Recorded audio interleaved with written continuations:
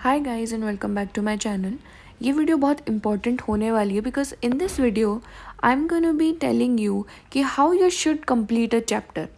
बहुत सारे स्टूडेंट्स को ये डाउट होता है कि अगर हम एक नीट एग्ज़ाम की प्रिपरेशन कर रहे हैं देन हम एक चैप्टर को कैसे कंप्लीट करते हैं, क्योंकि 10th तक आप लोग जो है बोर्ड के हिसाब से पढ़ते हुए आते हैं and now we all know कि board examination is very different from that of NEET exam.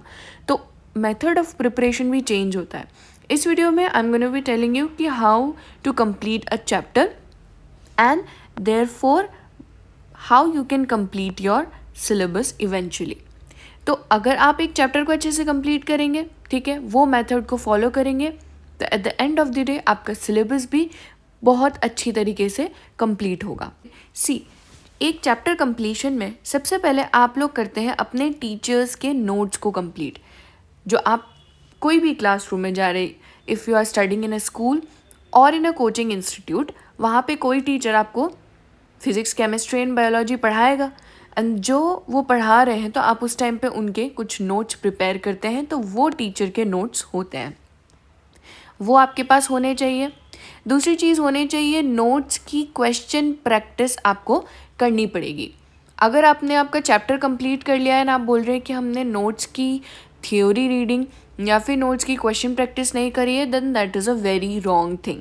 एक तो आपके नोट्स जो होते हैं टीचर्स के, उसकी थ्योरी, ठीक है, नोट्स में जो थ्योरी होती है वो थ्योरी आपको आनी चाहिए एंड देन जो उनकी क्वेश्चन प्रैक्टिस है वो भी आपके साथ होनी चाहिए, ठीक है।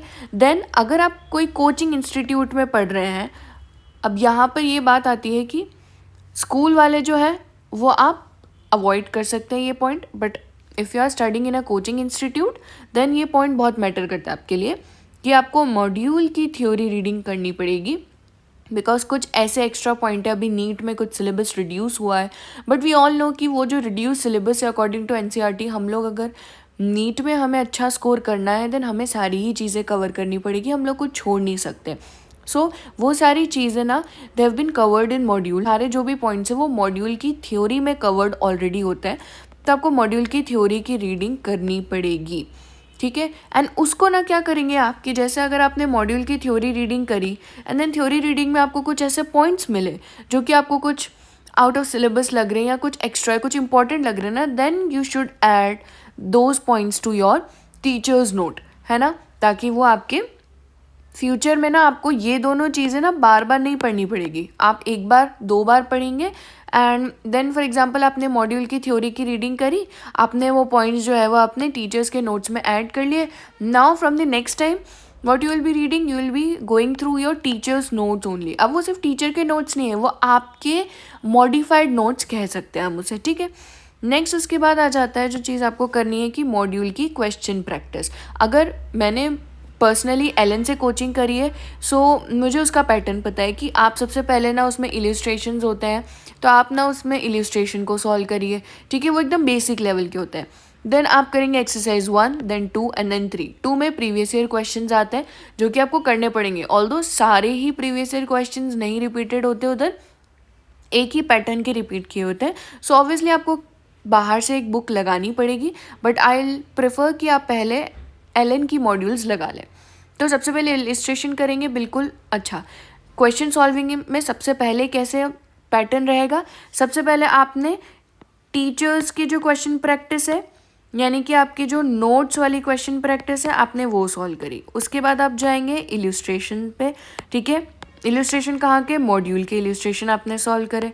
उसके बाद आप क्या करेंगे, उसके बाद एक्सरसाइज नंबर 1 करी, देन 2 करी एंड देन फाइनली आप एक्सरसाइज नंबर 3 करेंगे।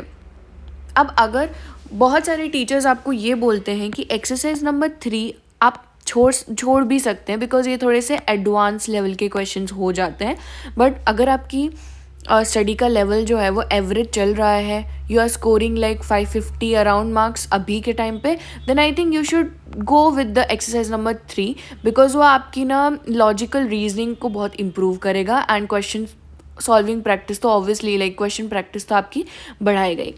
नेक्स्ट अगर आपने क्वेश्चन नंबर मतलब एक्सरसाइज 2 तक चलो मान लिया आपने कर लिया, एक्सरसाइज 3 मैंने बताया कि दिस इज़ ऑप्शनल, वो आपके लेवल पे डिपेंड करता है, you can ask to your respective teacher, subject teacher से पूछ लीजिए कि हमें करना चाहिए कि नहीं, वो जैसा बोले वैसा करिएगा।